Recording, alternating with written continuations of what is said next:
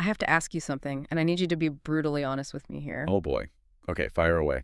Have you ever, just stood in the middle of your living room staring at a blank wall, completely unable to remember why on earth you walked in there?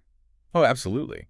I mean, who hasn't? Right. Or maybe you're at a party and you see someone you've known for years, maybe you even work with them, and their name is just, it's gone, vaporized. The classic tip of the tongue phenomenon.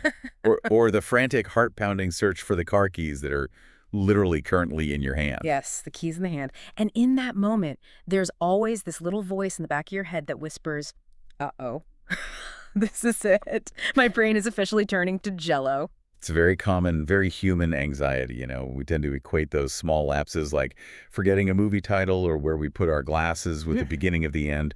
We just assume it's the start of an inevitable slide into decline or dementia or just, becoming slow. Right, like we're on this slippery slope to losing our marbles completely.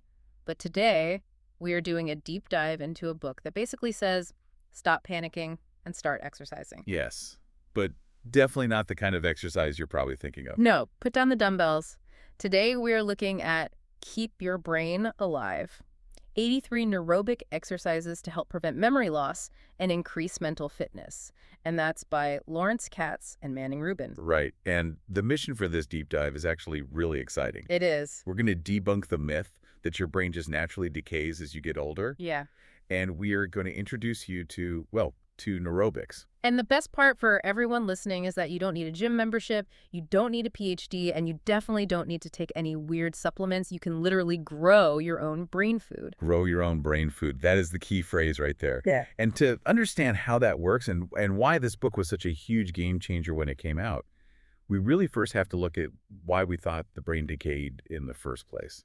Okay, yeah, let's unpack the biology here, because for the longest time, the standard party line, at least what I learned in high school biology, was basically that you have a set number of brain cells. Right. And once you hit adulthood, the party is over. They just start dying off one by one until you can't remember your own zip code. That was the dogma for decades. Mm-hmm. I mean, the scientific community genuinely believed that neural decline was due to the steady, irreversible death of nerve cells. That's a pretty grim picture. Very grim. Essentially, the idea was you're born with a bank account of cells and you just spend them down until you're bankrupt. It sounds like a slow leak in a tire that you can't patch it. But then came the late 90s and everything changed. Specifically 1998, that was a massive watershed year. Mm-hmm. A team of American and Swedish scientists published a study that completely overturned that old view. They demonstrated that adult humans do actually generate new brain cells. Which is huge. I mean, so we aren't just losing cells. We're actually capable of making new ones. Exactly. It's a process called neurogenesis. Right. But here's where it gets really fascinating and where Katz and Rubin really dig into the science. They argue that the real culprit behind those senior moments, the forgetting of names and keys, it isn't usually cell death at all. Wait, so if my cells aren't dying, why am I forgetting where I parked the car at the grocery store? It's about the complexity of the connections. So imagine a really dense forest. Okay. The problem isn't that the trees are dying. It's that the branches connecting them are thinning out. In the brain, these branches are called dendrites. They receive information from other nerve cells. When you have a memory or a thought, it's passing through connections called synapses. Okay, so the wiring gets faulty. Like the signal is trying to get through, but the bridge is out. Precisely. Yeah. If those connections aren't regularly switched on, the dendrites atrophy. They just shrivel up. And that reduces the brain's ability to put new information into memory or retrieve old information. So the network gets less dense. Exactly. So the hardware is there, but the network is down. But you mentioned brain food earlier. Is there an actual way to regrow these branches? There is. Your brain produces its own natural nutrients called neurotrophins. Neurotrophins? Yeah, think of them as fertilizer for your brain cells. Yeah. These molecules literally keep the nerve cells strong and encourage those dendrites to grow and branch out. I love that fertilizer analogy. Yeah. So if I have enough of this fertilizer, these neurotrophins, my brain stays lush and connected. But here's the million-dollar question for you and me and everyone listening. How do I get more of it? Do I just think harder? Do I don't know, hold my breath? Not exactly harder, but differently. And this is the crux of the science the book presents. The brain doesn't just produce neurotrophins all the time. It produces them specifically when it is active and challenged. Yeah. If the connections aren't used, the supply shuts off. But And this is a really big, but routine does not count. And that brings us to the star of the show, neurobics. Now, I have to admit, when I first heard the term neurobics, I honestly pictured myself doing Sudoku puzzles while balancing on a yoga ball. Or maybe, I don't know, listening to Mozart while doing calculus. And that is exactly what neurobics is not. Yeah. The authors are very, very clear about this. Most people think brain exercise means logic puzzles, memorizing lists, or taking IQ tests. Which honestly just feels like homework. I feel like I'm back in school taking a standardized test. It does. And more importantly, those things usually isolate specific skills. They're often solitary, too. Like, if you're great at crossword puzzles, doing another crossword puzzle isn't actually challenging your brain in a new way. Because you already know how to do it. Right, you're just retrieving information you already know along well-worn pathways. So I'm just polishing the same trophy over and over again. That's a great way to put it. Neurobics is completely different. It's based on association. It's about linking different parts of the brain that don't usually talk to each other. They use the analogy of cross-training in the book, right? Like if you're a runner, you don't just run. You swim or you lift weights to build overall fitness. Right. Neurobics is cross-training for the brain. It aims to exercise different brain areas simultaneously, specifically the senses. To be considered a true neurobic exercise, it has to do something specific. It has to involve your senses in a novel way. Novelty. Novelty seems to be the magic word here. It is the trigger. The enemy of neurotrophins is routine. Let's really dive into that, because I think a lot of people listening probably feel like their lives are pretty stimulating already. I mean, I'm busy, I'm working, I'm driving in traffic, I'm listening to podcasts or deep dives, I'm cooking dinner, checking emails. That feels like a massive workout. It feels like activity, sure, but to your brain, it's mostly autopilot. The authors make a really interesting evolutionary point here. Humans evolved to crave certainty. Because certainty meant survival. Exactly. In the wild, if you found a reliable source of food or a safe cave, you stuck with it. You didn't experiment with the strange red berries if the blue ones kept you alive. Routine kept you from getting eaten. Routine kept you alive. Yeah. But now, we've mastered survival. We have supermarkets, climate control, GPS. Our lives are incredibly predictable. We've become way too efficient for our own good. In a way, yes. Efficiency is actually the enemy of brain health. Think about your commute to work. Do you remember the very first time you drove that route? Oh, totally. I was hyper-aware. I was watching for street signs, looking for landmarks, checking the traffic flow in the new lanes. I even turned down the radio to concentrate better.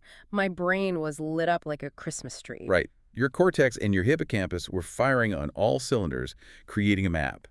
Now, fast forward to your 100th commute on that exact same road. What's that like? I honestly couldn't tell you. I get in the car, I zone out, and 20 minutes later, I'm pulling into the parking lot at work. I don't remember the drive at all. It's literally like teleportation. That's because the neural links became so strong and so efficient that the brain just switched over to autopilot. It requires almost no energy and consequently produces almost no neurotrophins to do that drive. Yeah. You are depriving your brain of the workout it needs simply because you've mastered the task. So just keeping busy isn't enough. And I was really surprised to read that even things we think of as stimulating, like watching a really intense movie or listening to complex music, they don't really count as neurobics either. Because they are passive. Yeah. You're receiving information, yes, but you aren't actively engaging multiple senses to interact with it. To release that brain fertilizer, the activity has to be non-routine and it has to involve effort. You have to force the brain to grapple with the physical world. Okay, so we definitely need to break the routine, but we're not talking about quitting our jobs and moving to a new city every month just to keep things fresh. The book gives a really great example of how to do this in a very mundane setting. Can we talk about Jane? Yes. The story of Jane is a perfect illustration of an aerobic exercise. It's a case study they outline in the book. So Jane is coming home to her apartment, just like she does every single day after work. But this time, she decides to do something completely different. She enters her apartment and navigates it entirely with her eyes closed. Which sounds a little dangerous, honestly. I would probably trip over the cat immediately. Well, you definitely want to clear the floor first. But look at what happens to her brain processing in that moment. Usually she walks in, glances around, throws her keys in the bowl, and grabs a drink from the fridge. It's 99% visual and 100% automatic. But with her eyes closed, the visual system is totally offline. And since we are such incredibly visual creatures, that's a massive shift. Right. The visual cortex usually hogs all the brain's energy. When she shuts that down, the brain suddenly has to recruit other circuits just to figure out where it is. She has to use touch to figure out which key is for the top lock versus the bottom lock. She has to listen for the specific click of the mechanism. And smell. The authors mention she suddenly smells the birthday roses on the table that she usually just walks right past without even noticing. Exactly. She's building a mental map using spatial memory, touch, smell, and hearing. It's a full-spectrum sensory experience. And there's one more really crucial component that Katz and Rubin emphasize here: emotion. Oh, like the fear of hitting the coffee table. It sounds minor, but that little spike of emotional engagement, am I going to bump into something? Is this the play button or the delete button on the answering machine that fires up the amygdala and the emotional centers of the brain? So by simply closing her eyes, she turned a mindless, boring routine into a high-gear workout for her attentional circuits. And that is the absolute essence of neurobics. It's not about adding more tasks to your busy day. It's about doing the things you already do, but differently. You turn the ordinary into the extraordinary, simply by changing the sensory input. This actually brings us to a really big topic in the book, which is the sheer dominance of vision in our lives. We're such visual creatures. We really are. Modern society entirely caters to it. Advertising, screens, packaging, it's all designed to grab our eyes. Yeah. And this leads to the massive underuse of our other senses: smell, touch, taste. When we underuse them, the neural pathways associated with them get weaker. We basically become sensory one-trick ponies. Sensory one-trick ponies. I like that. This really clicked for me when they talked about memory in the book, specifically the safety net concept, because this is something I think everyone listening can use the very next time they meet someone new. We've all been there. You meet someone, you shake their hand, and 5 seconds later, their name is just gone. This is a fantastic practical application of the science. So think about how we normally learn. The book references Pavlov's dogs. Classic psychology lesson. The bell rings, the dog gets food. Eventually, the dog salivates just at the sound of the bell. It's all association. Right. The brain learns by linking things together. Now, apply that to meeting a new person. Let's say you're meeting a guy named Bob. Okay, I meet Bob. Usually, you rely entirely on how Bob looks to remember him. You see his face, you hear his name. It's a visual association. But as we age, we meet hundreds, maybe thousands of people. We've frankly run out of unique visual cues. Yeah, Bob just looks like a guy. He's got brown hair, maybe some glasses. He looks like 10 other guys I already know. Exactly. The visual link is weak because it's not distinct enough. So later, when you see Bob at the grocery store, the visual thread breaks. You can't pull up the name because the hook just wasn't strong enough. So how does the neurobic way actually fix this? You deliberately engage the other senses to create more threads in the web. You don't just look at Bob. You focus on the handshake. Is it firm? Does it feel like a limp rag? The book vividly describes that limp rag feeling. That is a memorable image. A limp rag handshake. I feel like if I shook a limp rag, I'd remember that forever. Or the smell. Does he smell like strong cologne? Like a smokehouse? Like stale coffee? What about the sound of his voice? Does he sound like a bullfrog? Okay, so I'm standing there shaking Bob's hand, and I'm mentally cataloging.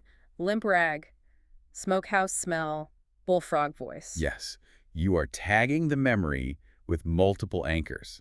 So now you've built a safety net. If you forget his face, meaning one thread breaks, you might remember the bullfrog voice or the smokehouse smell, and that sensory detail pulls the name back up. That makes so much sense. We're weaving a tighter net so the information doesn't just fall through the cracks. And critically, you're doing it by using parts of the brain that rarely get to participate in memory storage. You're forcing the auditory and olfactory cortex to link up with the hippocampus, that is the fertilizer in action. You're physically strengthening those synapses. What I really love about this approach is that it takes the pressure off trying harder to remember, and it shifts it to just experiencing more of the moment. That's a really beautiful way to put it. It's about engagement. The more fully you engage with the world through all your senses, the healthier and more robust your brain becomes. So let's bring this all together for everyone listening. We started with this sort of existential fear that our brains are turning to jello. Right. And we found that's not inevitable at all. We can generate new cells, and more importantly, we can strengthen the connections between them using neurotrophins. But we have to actively fight the enemy. Routine. We have to stop living on autopilot. We have to stop letting our brains take the path of least resistance every single day. And our weapon of choice is neurobics. using our senses in unexpected combinations. It's simple stuff, too. Yeah. The book is full of these tiny daily adjustments, like brush your teeth with your non-dominant hand. Oh, I actually tried that one this morning. It is surprisingly hard. I felt like a toddler trying to figure out motor skills. That frustration you felt, that was your brain waking up. That was literally the feeling of new neural pathways being forged. If it feels easy, it's not neurobics. Or they suggest getting dressed with your eyes closed. Or take a completely new route to work and actually look at the buildings. Describe them out loud to yourself. Or eat dinner in total silence and focus entirely on the texture and the taste of the food. Don't read your phone, don't watch TV, just taste. Exactly. It's all about waking up the brain. Mm. The core message here is that you have the power to grow your own brain food. You don't need a prescription from a doctor. You just need to be willing to feel a little bit awkward or inefficient for a few minutes a day. And that awkwardness is just proof your brain is getting a workout. It is. That feeling of, wait, where's the zipper? When you're getting dressed with your eyes closed. That frustration is the physical feeling of your brain laying down new tracking. So here is our challenge to you, the listener. We don't want you to just nod along, say, oh, that's interesting, and then go right back to your exact same routine. Right. We want you to actually try it. As soon as this deep dive ends, do one ordinary thing differently. Maybe it's how you open your front door. Maybe it's navigating to the fridge with your eyes closed to get a glass of water. Just please be careful of the coffee table. Yes, please watch out for the coffee table. No injuries on our watch. But seriously, give it a shot. See how much your brain has been sleeping on the job and see how quickly it wakes up when you challenge it. You might be really surprised at how much sharper and more alive you feel just by engaging a sense you've been totally neglecting. And before we go, I want to leave you with one final thought to mull over. We've talked a lot about changing our personal routines. But what if we started designing our spaces differently? Think about it. We build our homes and our offices to be perfectly seamless, perfectly lit, completely predictable. What if our built environments were actually designed to challenge our senses instead of making everything so incredibly easy? What if a little bit of friction in our environment is exactly what we need to keep our minds sharp? That's a fascinating way to look at it. Something to think about as you navigate your perfectly predictable house today. Thanks for diving in with us. Keep those dendrites growing, and we'll catch you on the next deep dive. Stay curious.